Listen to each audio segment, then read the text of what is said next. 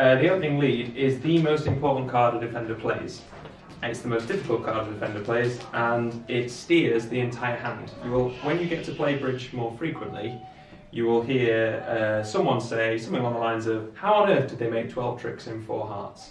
And then they'll look at the traveller thingy and go, oh, they led the king of diamonds. Because that literally makes a huge difference to the hand, because not only does it change what happens on the very first trick, it sort of makes a path for the entire hand. Because they led a diamond, declarer could get rid of their losing club with blah, blah, blah, or whatever the hand is. So the opening lead is a very difficult position to be in, and the most frustrating position to be in because you have the least information. One of the best things you can do on the opening lead is listen to the bidding. Now, without going through 100 different examples of they bid spades and then they bid diamonds and so on, because obviously there's lots of combinations, what I'm going to try and do is give you a guideline basically without information from the bidding, but the bidding will give you an extra edge of information if you like. You tend to find leading suits that they've bid, leading suits they bid passionately is not a good idea. Leading suits your partner's bid and leading suits your partner's bid passionately is a good idea. So that's obviously logic based, but if absent of any information, what I'm going to look at again is looking at why you lead low cards rather than high cards normally, and what you can do as a communication tool between you and your partner, how you can use that lead to say something about what's going on in the hand. Okay? So first things first, looking at leading against trumps. In fact, before we get into leading against trumps, you will remember that when you lead a low card, you're saying you like the suit you've led, and when you're leading a high card, you're saying you dislike the suit that you've led. It's a strange sort of theory that you're leading a suit you dislike. That might seem quite counterintuitive. You think, well, why on earth did you lead it? Sometimes you have no choice. You don't like anything, or everything you do like, they've bid, or your partner's bid a suit, so you're leading it, but you're trying to tell them that you don't really like the suit that they've bid. It's surprising how often you do lead a high card, even though you'd like to think that you prefer this. You tend to find that actually it's roughly 50-50 when you're choosing between pips. These are called pips because they have little pips on the cards. 2 is definitely low, 9 is definitely high. The nearer you get to the middle, the more grayscale it gets. 5 and 6 is not particularly clear. I have categorised 6 as high and 5 as low because it makes it a nice split, 4 and 4. But it can be that 5 is your highest card in that suit, and it could equally be that 6 is your lowest card in a particular suit. So take these cards, especially the ones in the middle, take them with a pinch of salt, because it might be that your partner's lowest card was the 6. So try not to be as rigid with these kind of boundaries. And 9 is definitely high and a 2 is definitely low. And obviously 3s and 8s are fairly certain, and as you get towards the middle it gets a bit more vague. The implication though is that if you lead a low one, you like it. If you lead a high one, you dislike it. What I mean by like is you have an honour, which is one of these things. So if you lead a 2, a 3, a 4 or a 5, you're saying that you have one of the honours. So you have an honour in that suit. Now, there is a slight differentiation between leading against trumps and leading against no trumps. Leading against trumps, there is one big no-no when you're leading a low card, and that is leading low away from an ace. So there is under-leading an ace. It's a big trap, if you like. The reason under-leading an ace, just to make that clear, you're in 4 hearts and you lead the 2 of spades.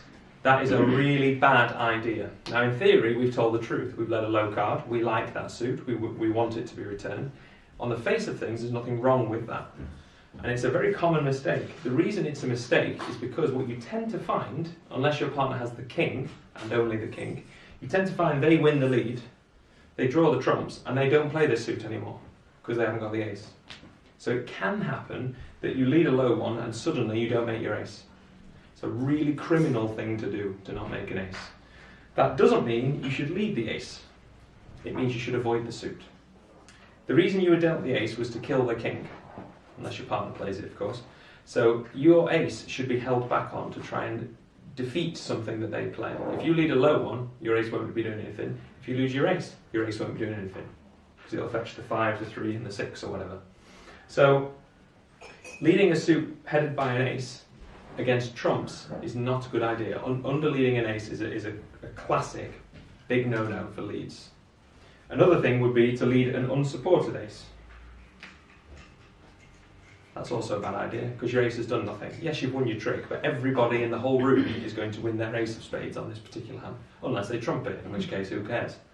So, it's not a good idea to lead a suit with an ace, only the ace. Okay? The reason for that is because of honour leads. Honour equals promise, that's a bit vague. Promise what? What are you promising? To make a cup of tea? You're promising the honour below it. So if you lead an ace, again, you'll have heard me say this before, but if you lead an ace, it promises the king. If you lead the king, it promises the queen, and all the way down. The 10 is considered an honour. No, I'm not thrilled by leading the 10. I'm not thinking, woohoo, I'm going to win 17 tricks. It's just a way of communicating things to your partner. Notice, because you lead the top of your touching honours, you're denying the honour above. So if you lead the queen, you can't possibly have the king, because you would have led the king with the king, the queen, and the jack. And if you lead the jack, you deny the queen, and so on. So you can kind of work out a little bit more. It's not just the king promises the queen, it also denies the ace. Honour leads are very, very good leads because they give out A, more information, it says a specific thing about your hand, and B, they tend to be safe. If I change this to ace king, now you can lead the ace because you've got the king. You get to see the dummy and you've not actually lost anything. You've still got complete control of the suit. So there's no, you could sort of not paid a price. It very, very occasionally, it would have been better not to lead this suit, but you tend to find that doesn't really happen very often. You tend to find actually that leading the ace lets you see the dummy, and suddenly you can form some kind of idea in the defence. Oh, I'd lead a diamond because their diamond's enough, for example. Or, oh, I better take my king of spades because they've got 6 cashing clubs. Something along those lines. You can have an idea of what the declarer is going to do. Before you see the dummy, you are completely blind. So ace from ace king is the best lead. As you decrease honour quality, as you go down the ladder, if you like, it's still a good idea to lead an honour, but of course you're not necessarily going to retain the lead anymore. A very common question I get is, when I tell them to lead king from king queen, well, they're going to play their ace on it. Well, yes, they are going to play their ace on it, but that makes your queen a winner. If you don't play this suit, they're not going to play this suit because they're missing the king and queen. They're just going to avoid it. So you're never ever going to do anything, so you've got to be proactive with king queen. The better your sequence, the more you've got to do it. King from king queen jack sort of can't be wrong, because if they've got the ace, you need to get rid of it to make your tricks. If your partner's got the ace, you need to cash your tricks. So wherever the ace is, it's a good idea to lead king from king queen jack. So the better your sequence, the more enticed you are to lead the sequence. So an honour sequence is the best lead you can make. The next best lead you can make is low from low like, and then sort of the last resort, if you like, is the high from a suit you dislike. Now, leading low from an ace is a bad idea. Also a bad idea is leading low when you have a sequence. So essentially breaking one of these rules. So if we had that suit, we should lead the king and not the 2. Leading the 2 would suggest you have an honour, but it denies a sequence. If you have a sequence, the honour is a better lead than a low one. Because again, in theory, the 2 is telling the truth. You have an honour, you like that suit. The problem with leading the 2 is it relies upon your partner having the jack or the ace. Because if your partner doesn't have the jack or the ace, they win the jack and the ace now. You follow me? So you need to lead an honour to force out that ace, to make your queen a definite winner. Unless they've only got singleton, in which case it doesn't matter what you did, because you're never going to win it. So sequence leads are very good. Honour leads are kind of your favourite. The higher up the honour sequence, the better it is in theory. Ace from ace king is your best friend. 10 from 10-9, I'm not thrilled by it, but it's fairly safe in the sense that you've told your partner something. You can have something known as an internal sequence, which is essentially the same thing as a sequence, but with a bigger card than it. So if you have king 10-9-2, there are 2 possible options here. You could lead the 2, which would say you like that suit. That's not incorrect. You could lead the 10, which says you have top of touching 2, 10 and the 9. So either is a correct lead. The king is certainly not, because the king would promise the queen, and the 9 is certainly not, because the 9 would deny an honour. So those 2 are definitely wrong. This one and this one are definitely wrong. You follow me? Yeah? So the 10, in theory, could be right, or the 2 could be right. Now, on probably 95 hands out of 100, it won't matter which one you lead. Because if you lead the 10, your partner knows you haven't got the jack, but they don't know you've not got a bigger one, because it could be an internal sequence. If you lead the 2, they know you've got an honour. So, in theory, it shouldn't matter. The only time it does matter is if the jack is in dummy. In this particular layout, the 10 is a better card because it traps the jack in the dummy. If you think from Declarer's perspective, if we lead the 2, Declarer will play the 6. Our partner will have to play the queen, because they don't know you've got 10-9, they don't know the 7 gets the ace out, do they? So they have to play the queen, which means Declarer plays the ace, and then they can now play back towards their jack, meaning they make their jack, eventually. Whereas, well, let's sort of play that one actually. If you lead the 10, your partner will only ever play the queen when dummy plays the jack, because they know the 10 is doing the business right now. 10 is doing enough. You see that? Because the 10, if they don't play the jack, the queen is as good as the 10, so they don't have to play it. Whereas if the 10 gets covered by the jack, they kill it with the queen. So that's a very kind of contrived example, but the point is, if you have a sequence, even if that sequence is in the middle of your suit, queen, 10, 9, king, jack, 10, you can still lead top of the sequence. It's still a good idea. Okay? So, leading against trumps is marginally different, as I say. It's leading against no trumps. Leading against trumps, the only real differences are you don't always lead your long suit. Sometimes you lead shortage, like a singleton. Singletons are good leads because if you get rid of your baby, whatever it is, if your partner has the ace, it's immediately rewarded in the hope that they return it. If your partner doesn't have the ace, they need an entry of some description, a way of getting the lead in their hand to then lead another one. Singletons are quite dangerous for the declarer because it means they have got no breathing room. They've got to get the trumps off you really quick. So singletons against trumps tend to be quite good. Other things are doubletons. I don't know why I rubbed that out. Doubletons. You've got 2 cards. The chance of success from a singleton to a doubleton diminishes dramatically because you need your partner to either have ace, king, or 2 entries. It's a lot less likely than twice, if you see what I mean. That, in a sense, is very similar. Out of interest, from a doubleton, because you've got 2 small cards, you lead a high one. So you go high-low, because high means you dislike the suit. So you would lead this one. A doubleton lead is sort of a bit of a last resort time, whereas a singleton is quite an attractive lead because of the chances of it succeeding. You would never lead singletons or doubletons against no trumps, unless your partner's bid a suit a lot, because you don't often lead shortage, because you try and lead length. And the third thing against trumps is you can lead a trump. You can't lead trumps against no trumps. Leading a trump is quite a difficult prospect, it's quite a bit of an alien creature. You would only ever lead a trump. There is one kind of good saying, imagine they're in 4 spades. There is one good saying when to lead a trump, and that is, if they agree trumps late, often a trump lead is great. That's a saying that's to do with bridge. The reason for that is if their bidding was 1 diamond, 1 heart, 1 spade, 4 spades, they've agreed trumps late. So they often have a 4-4 fit. What you tend to find is this hand is short in hearts and this hand is short in diamonds. That just tends to happen. So the way they're going to play it is get rid of the heart here and trump hearts here, get rid of the diamond here and trump diamonds there. So it's trump a diamond, trump heart, trump a diamond, trump. That's what they're probably going to do in the play when they agree trumps very late. If they have what's known as a primary fit, 1 spade, 4 spades, they tend to have a good fit. Whereas messing about, oh, we'll agree that one, you tend to find a trump lead's good. Leading a trump is quite a very advanced thing to do because it's quite a difficult prospect to know when to lead a trump. And to be honest, there's a bit of guesswork involved because you can't see the dummy, so you don't know. In the middle of the play, if you see that there's a void in dummy and they keep trumping everything, if you get in, lead trumps. If they're not drawing the trumps, you should probably draw the trumps. If they're drawing the trumps, you probably ought not to. Just basic logic. Leading a trump at the outset is a very difficult thing to do, but be aware, it is an option. Sometimes it's a good idea to just give them the lead. I don't know what to do, so here's the lead. A trump is often a way of doing that, because they tend to have good trumps. Okay, so leading against trumps, you don't underlead an ace, and you might lead shortage or trumps, more frequently shortage than trumps. Against no trumps, you are happy to underlead an ace because you tend to find that that ace comes back to you. So if I revert back to, it was something like that, wasn't it?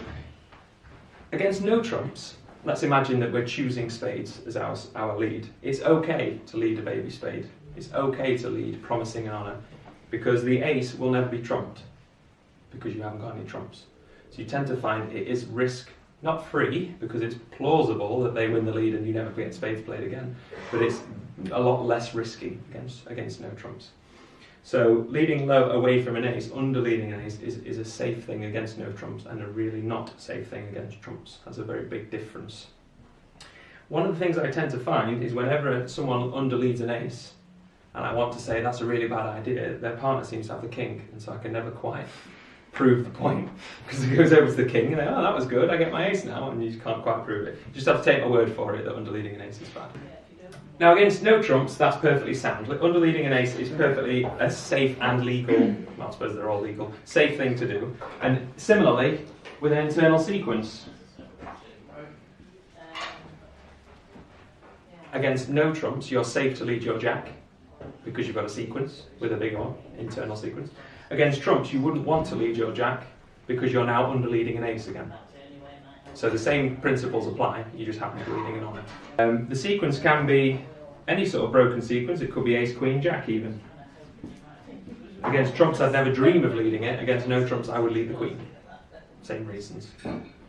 Just because you tend to find you don't make your ace if you lead it against trumps, whereas against no trumps, you always have a way back in. Unless they can take all 13 tricks, which just doesn't happen very often. One other thing about no trumps is you tend to find you're always leading length. The reason you lead a long suit, even if it's naff, is because you're trying to set that suit up as the last cards in that suit. So you lead a length because you're trying to establish that suit as boss, i.e. no one else has got any left.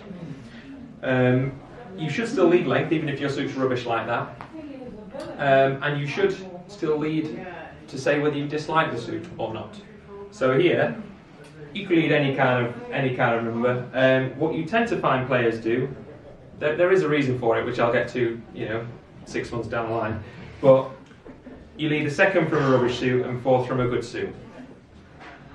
You can lead smallest if you really want to tell them it's good, and you can lead highest if you're desperate to tell them it's bad. I'm not upset if you lead a 9 from this suit at all. It's just one of those things. The key bit is you tell them whether you dislike the suit or like the suit. So if I change this 9 to a queen, you should lead a baby one. The 3 probably. You tend to lead fourth down for a reason I don't want to tell you because it gets very confusing. So do you never like a suit because it's long, you only like it because it's strong? Yes, exactly that, yeah. Now because you're leading that suit against no trumps, your partner should know that you're leading from length. So that information is already taken as read, basically, against no trumps. The fact that you've led that suit means you must have at least 4 of them, because you should be leading your long suit. So you can already bank that information, so you're now trying to tell them whether you actually want that suit back or whether you were just leading your long suit. In this instance, we want it back. In the instance before, where we had the 9, we only want it back if our partner's got goodies in it. So your partner can sort of start to construct a defence. If they've got 2 small spades, they know that spades has got no hope, for example. Okay? Against no trumps, you don't really lead shortage. The only time you would ever lead shortage that I could come up with is when your partner's bid a suit a lot. If your partner's bid a suit a lot, one of the best reasons for leading your partner's suit is you can't be blamed. If they bid a suit loads, you lead it. If it's wrong, it's their fault. So you're off the hook. Being on the opening lead is one of the worst seats to be in. I really dislike it because you've got no information. You've sort of got not much to go off. You just got to, in a sense, guess. So these are all guidelines. As I proved, under leading an ace can work. Leading an ace without the king could work if your partner's got a singleton. So these are all guidelines. You will not get the opening lead right every single time. It's impossible. No one does. Okay? Right, one more thing. Leading honours against no trumps.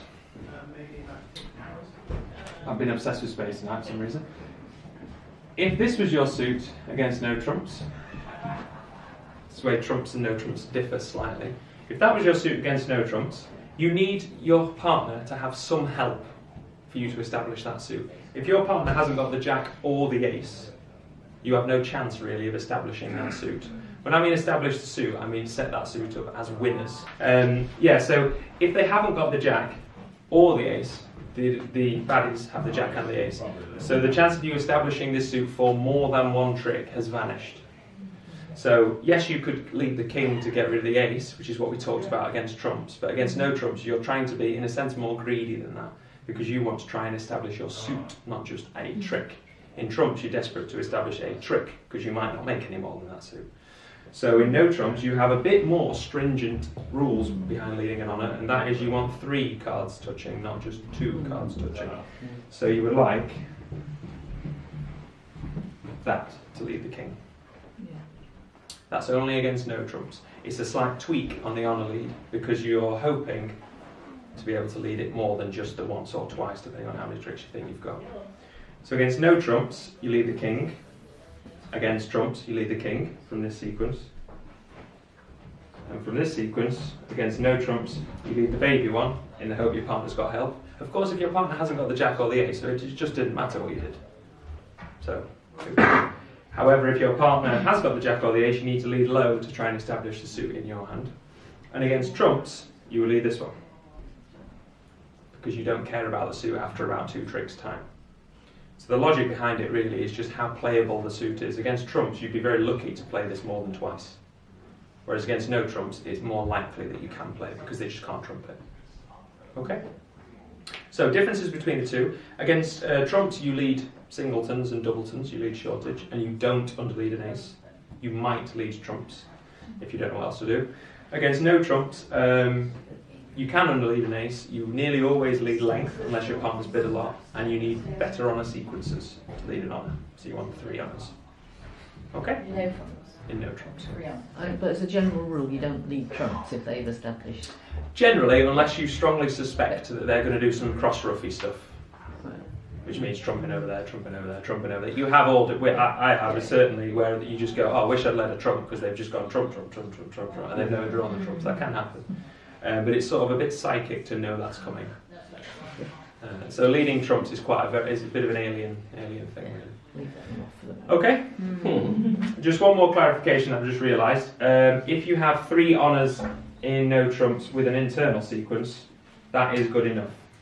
So King, Jack, 10. You would lead the Jack. It doesn't necessarily have to be 3 touching honours right next to one another, as long as you've got 2 touching of 3. So King, Jack, 10, and Ace, Jack, 10. I realise that wasn't really clear when I just said that. No, it's very No. Yeah. So Ace, Jack, 10, King, Jack, 10. You lead the top of the touching 2 amongst the 3. You see what I mean? Okay?